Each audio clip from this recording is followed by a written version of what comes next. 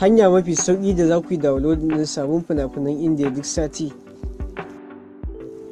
Kasancewar YouTube suna da copyright, hakan yasa ba ma samun damar ɗora muku bidiyo akan YouTube. Domin sauke sabon fina-finan Indiya duk sati, kuna iya biyo mu zuwa ƙarshen wannan bidiyo. Da fari kuna buƙatar wannan application wato Telegram, wanda a nan ne muke ɗora sabon fina-finan Indiya duk sati, wanda wasu sun san shi wasu kuma ba su san shi ba. Wanda ba su da shi kuma za su iya zuwa Play Store su sauke shi, su yi rijista su buɗe shi. Bayan ka buɗe Telegram ɗinka sai ka shiga wannan alamar ta sama, alamar searching kenan, sai ka shiga, sai ka rubuta Indian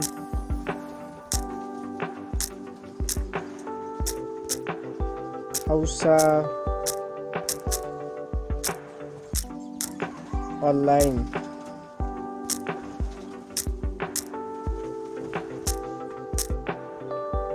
Gashi nan wannan na ƙasan kenan, sai ka shiga.